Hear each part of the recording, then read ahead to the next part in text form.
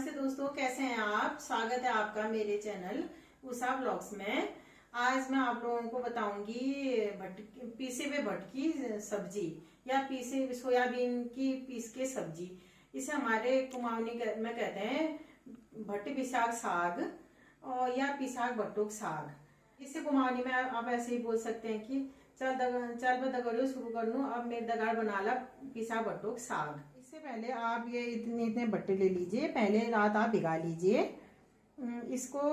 ये इतने से हो जाते हैं ये, क्योंकि ये गाढ़े जाते हैं फ्रेंड्स बनने के बाद। ये हमारे 4-5 जनों की फैमिली के लिए ये ठीक रहेंगे। इसको पहले आप छांट लीजिए और जब भीगने के बाद भी अच्छे से छांट के 2-3 बार इसको धो लिया है मैंने। अब मैं इसको पीस देती हूँ। लोग इसे सिलबट्टे में भी पीसते हैं, लेकिन मैं मिक्सी में ही पीस देती हूँ क्योंकि मैं उतना नहीं पीस पाती हूँ। ये थोड़ा ज़्यादा होता है। जो सिलबट्टे में पीस के बनाते हैं और भी टेस्टी होता है। अगर आप इसे सिलबट्टे में पीस सकेंगे तो ये और भी सही रहेगा।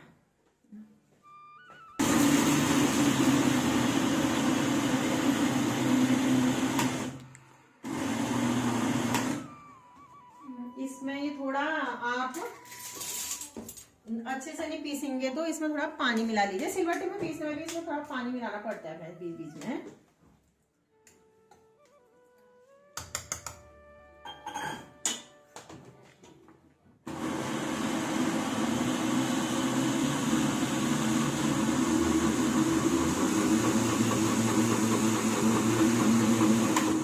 आप चेक कर लीजिए, महीन होना चाहिए। मुझे बारीक पिसावा पसंद है। वैसे ये कोई थोड़ा मोटे भी पसंद करते हैं, मतलब वैसे तो महीन होना चाहिए थोड़ा। कोई बट अगर अच्छे से नहीं पीसे तो भी सही लगता है।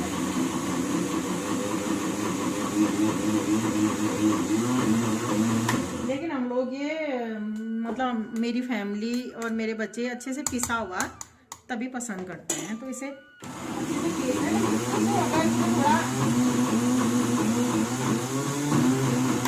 अच्छे से पीसना है, कुछ मोटा भी रह जाए तो कोई फर्क नहीं है। ये पीस लिए मैंने। कढ़ाई में तेल डाल दिया है। ये भट्टे पीस दिए हैं और इसके लिए हम लेंगे प्याज, 1 या 2 छोटे छोटे गांठ मैंने प्याज काट दिए हैं। टमाटर और हरी मिर्ची इसमें पीस दी है और इसमें मैंने थोड़ा अदरक और लहसुन पीस दिया है। कुछ पहले लोग सिंपल बनाते थे, हमारी सास बताती थी। पहले इतना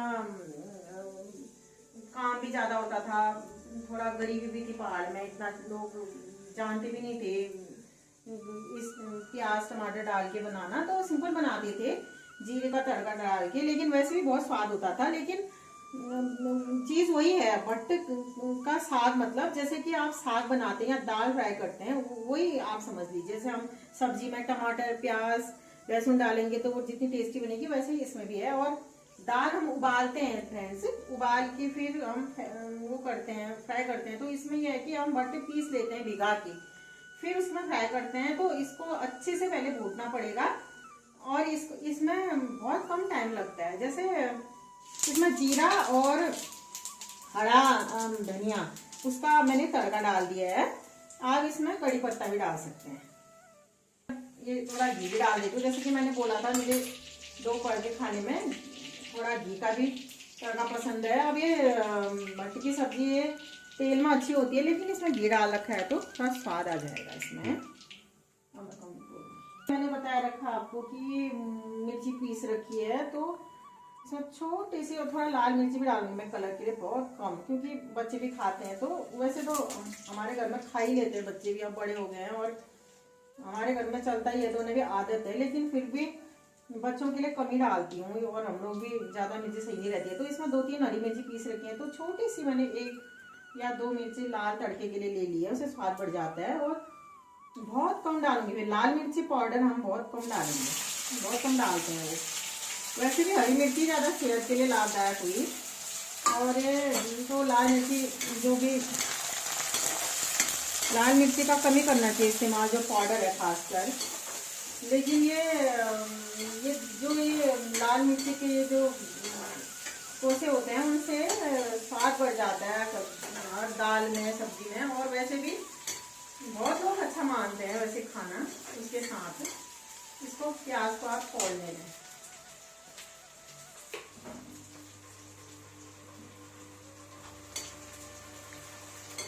अभी आप तेज आंच कर लीजिए, जिसमें आप तेल होने दे रहे हैं या प्याज खोलने दे रहे हैं तो आप तेज आंच होने दीजिए।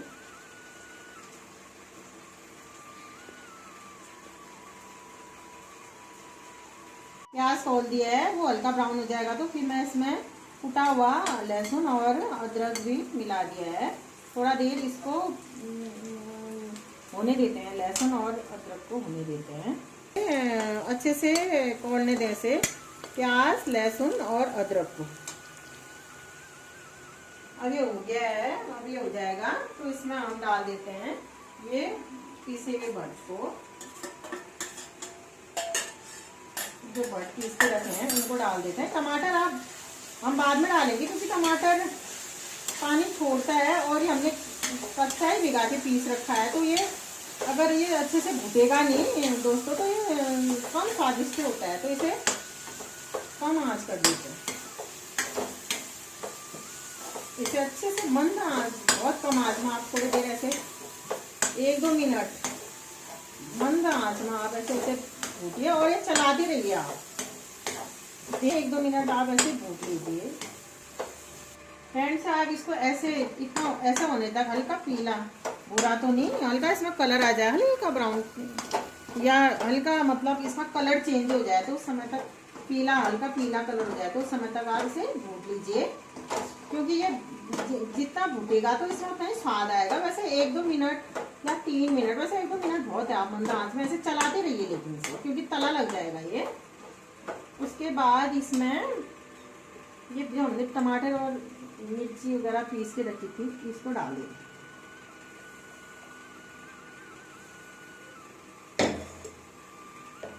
उसके बाद भी आप चला लीजिए क्योंकि ये टमाटर भी भून जाएंगे, जो जितना भूनेंगे उतना मतलब स्वादिष्ट बनेगा खाना।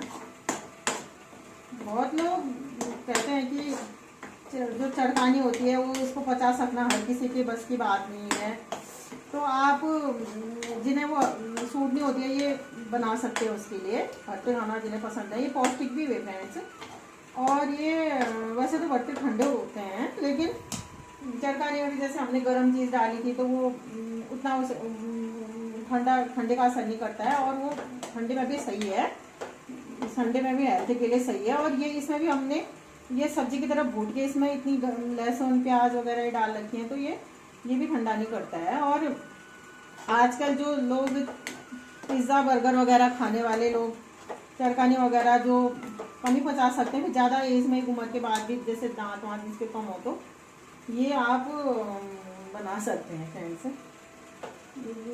मैं ये बोल रही हूँ कि हमने जो खाना ये बनाया था वो हमने किसी स्कूल में नहीं सीखा या किसी खाना बनाने वाली जगह से हमने कोर्स नहीं किया है। ये हमने जो हमारी मम्मी, हमारी सास, हमारी दादी, नानी या जो हमारी बहनें बनाती थी उसी से हमने सीख रखा है। तो मेरे कहने कहीं पर को कोई मिस्टेक हो जाए या कहीं पर को कोई हो जाए तो आप उसके लिए आई एम सॉरी।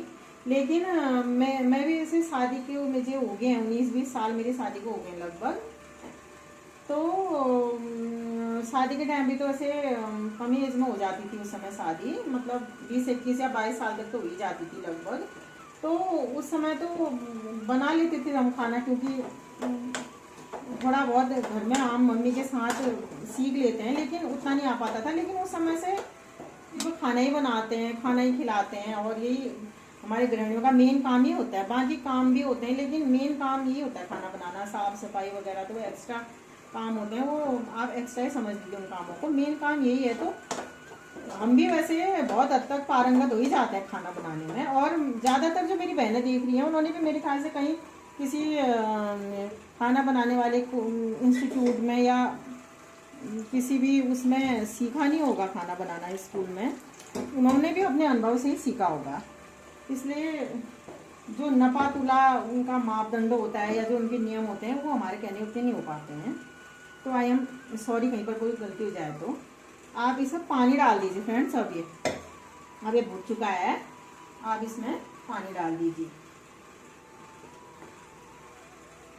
आप इसको ऐसे भून लीजिए। इसमें इसमें भी थोड़ा गुठलियाँ आ जाती हैं, वो ऐसे थोड़ा देर आप इसे चलाएंगे तो चली जाती हैं। इसमें एक और चीज़ डालते हैं फ्रेंड्स, जो हमारे वहाँ अरबी को पिणो कहते हैं, पिणो या गडीरी कहते हैं। उसके जो नले होते हैं, मतलब उसके जो ऊपर के डंठल होता है, डंठल जो पौधा होता है उसके पत्ते और डंठल होते हैं ऊपर, पत्तों को तो हमारे वहाँ नहीं खाते। जो कोमल होते हैं उन पत्तों को खाते हैं, डंठल सहित, उन्हें गाव कहते हैं। और उनको जो पिणों होते हैं, जो मैं कह रही हूँ डंठल होते हैं, उनको आप उनकी छिक्कल निकाल के पहले अच्छे से धोते हैं उनको, फिर उनकी छिक्कल निकाल के जो बाद में जब वो हो जाते हैं, पुष्ट हो जाते हैं, मतलब पिणों का सीजन हो जाता है, जब वो उनको होने का टाइम आ जाता है, तो उस समय हम लोग उन्हें काट के सुखा के पिणों के डंठलों को, उनको पापड़ा कहते हैं हमारे वहाँ, वो पापड़ा भी डालते हैं इसमें, उससे भी बहुत स्वाद बढ़ता है। उसको ऐसे डालते हैं कि पहले हम भिगा देते हैं उसको, वो थोड़ा ही एक मुट्ठी करीबन लेते हैं हम, फिर उसके बाद भिगा के उसे निचोड़ के, जैसे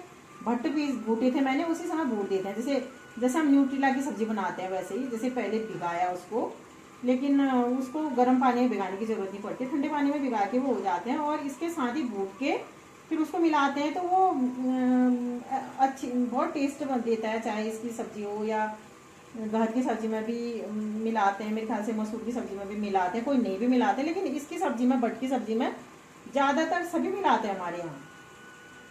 और उसको मिला के बहुत उसमें स्वादिष्ट, इसमें स्वाद बढ़ जाता है फ्रेंड्स। तो इसमें मैंने इतना पानी मिला दिया है, इतना पानी मिला दिया। अब ये पतला लग रहा है आपको, थोड़ा देर में ये पक के गाढ़ा हो जाता है अपने आप। इसमें मैंने थोड़ा नमक ही मिला दिया है फ्रेंड्स।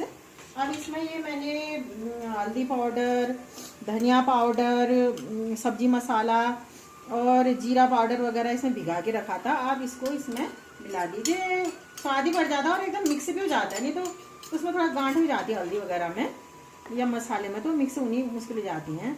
फिर लास्ट में इसमें हम डालेंगे गरम मसाला। फ्रेंड्स बहुत लोग कम खाते हैं मसाले, वैसे जिन्हें सूट नहीं होते उन्हें अवॉइड करना चाहिए, लेकिन ठंडियों में आप इसकी उतनी प्रॉब्लम नहीं है आपको, क्योंकि ठंडियों में ज़्यादा मसाले से गरम मसाला, जीरा मसाला, ये सब सब्जी मसाले जो भी, अगर छोले मसाले वगैरह जो थोड़ा हार्ड मसाले भी हैं वो भी पच जाते हैं, क्योंकि ठंडी के सीजन में आप, ठंडी की ये खासियत है कि आप इसमें पच भी जाता है खाना एकदम, क्योंकि ये ठंडी में लोगों को ठंड बहुत लगती है, इसकी बीमारी भी पकड़ती है, ये दिक्कत तो है। लेकिन आप जितना ज़्यादा भी खाएंगे तो पच जाएगा, और घी वगैरह भी आप थोड़ा ज़्यादा या मसाला थोड़ा ज़्यादा खाएंगे तो वो भी पच जाएगा। इसको थोड़ा देर पकने दें दोस्तों। और शुरू में जिस समय इसमें ये भिटकने लगेगा तो आप थोड़ी देर तक यहीं पर खड़े रहें, क्योंकि इसमें उमाल आ जाता है, ये नीचे गिरने लग जाती है। अब इसको थोड़ा देर आप पकने दें। तेज आंच में रखा था तो इसमें आप उसके बाद ये ऐसे उमाल आ जाता है, ऐसे ये उमल के बाहर को आने लग जाता है। इसलिए आप इसे पकाते समय, जिस समय आपने पानी डाला था उसके बाद भी थोड़ा तेज आंच करके यहीं पर खड़े रहे, नहीं तो मंदे आंच करेंगे तो आप अगर इधर उधर कहीं यहाँ पर को खड़े नहीं हो पाते हैं, या आपको अपने और काम करने या कहीं और बैठना है, तो आप बिल्कुल कम आंच कर लीजिए, लेकिन आप बीच बीच में देखते रहिए। अभी हमने तेज आंच करी थी तो 4 मिनट लगे, तो वैसे 5-6 मिनट लग जाएंगे इसको ऐसे उमाल आने में। उसके बाद ये जब उमाल आते रहता है तो उस समय तो आपने ज़्यादा ध्यान देना पड़ेगा, और आप जिस समय उमाल आता है उस समय आँच कम कर लीजिए, और इसको थोड़ा देर आप कम आँच में ही पकाइए, ऐसे करके। ये ऐसे उमाल आता है, ये ऐसे करके इसको थोड़ा ज़्यादा पकाना पड़ेगा, तभी इसका कच्चापन भी दूर होगा और इसमें स्वाद भी बढ़ेगा। हमने वैसे भी पहले भून तो रखा है इसको, लेकिन ऐसे पकाना भी जरूरी है। अब इसको बिल्कुल मंदा आंच कर दीजिए आप, और इसको और पकने देते हैं थोड़ा देर। हाँ फ्रेंड्स, इसे पकते हुए अभी थोड़ा बिल्कुल मंदा आंच में 2-3 मिनट हो गए, ऐसे उमाल आएगा इसमें। और ये अभी थोड़ा पहले से थोड़ा गाढ़ा भी हो गया है दोस्तों, ये ऐसे हो गया है, लेकिन इसमें अभी पतला है, अभी उतने अच्छे से भिटका नहीं है इसे, और थोड़ा देर हम मंद आंच से पकाएंगे। या आपको अगर जल्दी है तो थोड़ा आप तेज आंच कर लीजिए, लेकिन ऐसे किसी समय इसमें उमाल, वैसे तो उमाल इसमें कम आएगा, लेकिन किसी समय ऐसे उमाल आएगा तो आपने यहीं पर खड़ा रहना पड़ेगा। अगर तेज आंच करनी है तो मंद आंच में थोड़ा देर लग जाएगी, तो आप ऐसे हिलाते रहिए इसे। और जहाँ पर कुछ ज़्यादा उमाल आने लगेगा तो आप उसे बहुत कम कर दीजिए गैस को, ऐसे करके थोड़ा देर में आप हिलाते रहिए और वहीं पर खड़े रहिए आप। जब ये उमाल आने तक थोड़ा ये पक जाएगा, थोड़ा भिटक जाएगा, तो फिर आंच कम कर लीजिए, क्योंकि पूरा सारा देर बिल्कुल मंदा आंच में इसमें थोड़ा देर लग जाएगी। अगर आपको जल्दी है तो आप बीच में बढ़ा सकते हैं, लेकिन आपने वहीं पर खड़ा रहना पड़ेगा। अगर आप थोड़ा बिल्कुल डिम आंच करेंगे तो आप थोड़ा इधर उधर भी अपना और काम भी निपटा सकते हैं। बीच बीच में कहीं पर को, जैसे शुरू में तो नहीं, बाद में आप ज़्यादा आंच कर सकते हैं उसकी, गैस की। और शुरू में भी आप जिस समय वो तड़का लगाते समय या जिस समय पानी डाल के पकाते हैं, तो शुरू में जिस समय उमाल आने तक आप थोड़ा तेज़ आंच कर सकते हैं उसमें। अब ये इसमें उमाल तो आ रहा है, लेकिन ये थोड़ा ये भिटक गया है, तो ये अब ये कढ़ाई के बाहर उतना नहीं जा पाता है, नहीं तो ये सीधे बाहर निकल जाता है, क्योंकि उमाल इसमें दूध की तरह आता है फ्रेंड्स। थोड़ा ये पिसी हुई जो सब्जी होती है, चाहे मसूर हों, गहत हों या भट्ट हों, लेकिन भट्टों में ज़्यादा आता है। ये सोयाबीन में आपने सुना भी होगा, इसका दूध भी बनाते हैं बहुत लोग सोयाबीन का। ऐसे करके ये थोड़ा गाढ़ी हो रही है, ऐसे मैं अभी बताऊंगी, अभी हुई नहीं है ये, कितना इसको गाढ़ा बनाना है करके। मैं अभी आप लोगों को थोड़ा देर से पकने देते हैं तेज़ आंच में। अभी थोड़ा देर मैंने तेज़ आंच पे या तेज़ से थोड़ा कम आंच पे, तो तेज़ से थोड़ा कम आंच में 5-6 मिनट ये पका दिया है। अभी अच्छे से भिटक गया है ये इतना होना चाहिए।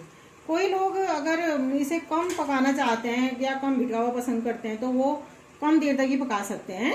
नहीं तो मुझे ये ऐसे थोड़ा पका पसंद है, चाहे मट्ठे वाली सब्जी हो या ये हो, मैं ऐसे ही पकाती हूँ। चाहे कम आंच कर लें, अगर आपको गैस वगैरह ज़्यादा खर्च होने की डर है तो आप मंदा आंच कर लें, लेकिन अब खाना पकाना है और तो गैस तो लगती है।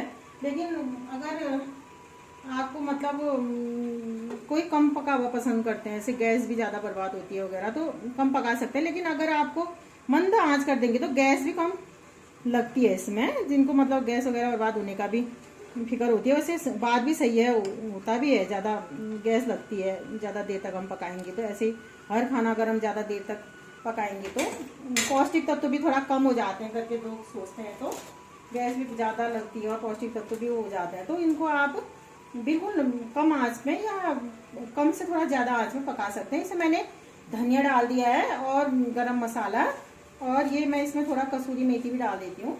थोड़ा देर इसको कसूरी मेथी डाल के, थोड़ा धनिया से पहले डालनी थी, मैं थोड़ा भूल गई, कोई बात नहीं, आप पहले डाल दीजिए। थोड़ा देर आप इसे 1 मिनट से भी नहीं, थोड़ा आधा मिनट या उससे भी कम आप थोड़ा देर से पकने दें, क्योंकि ये कसूरी मेथी भी थोड़ा भूट के या पक के स्वाद आता है इसमें। तो आधी मिनट से भी कम थोड़ा या थोड़ा देर कुछ सेकंड इसे पकने दें आप, ऐसे करके। अब ये पक गया है पूरी तरीके से।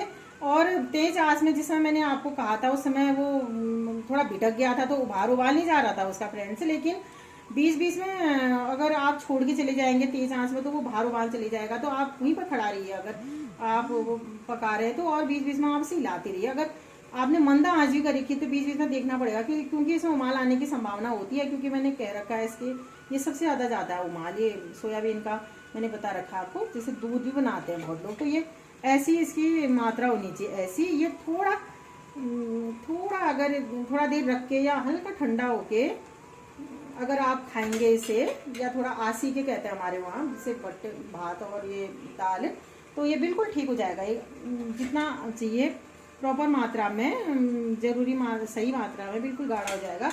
आप इसको आप ढक जाए, पकाते समय नहीं ढकना है, क्योंकि इसको खास तौर पे आप नहीं ढकिए, ध्यान करिए, क्योंकि उमाल चले जाता है।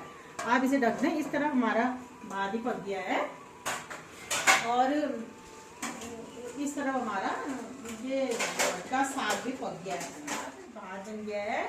और ये मैंने प्याज का और मूली का सलाद काट दिया, ये मुझे बहुत पसंद है।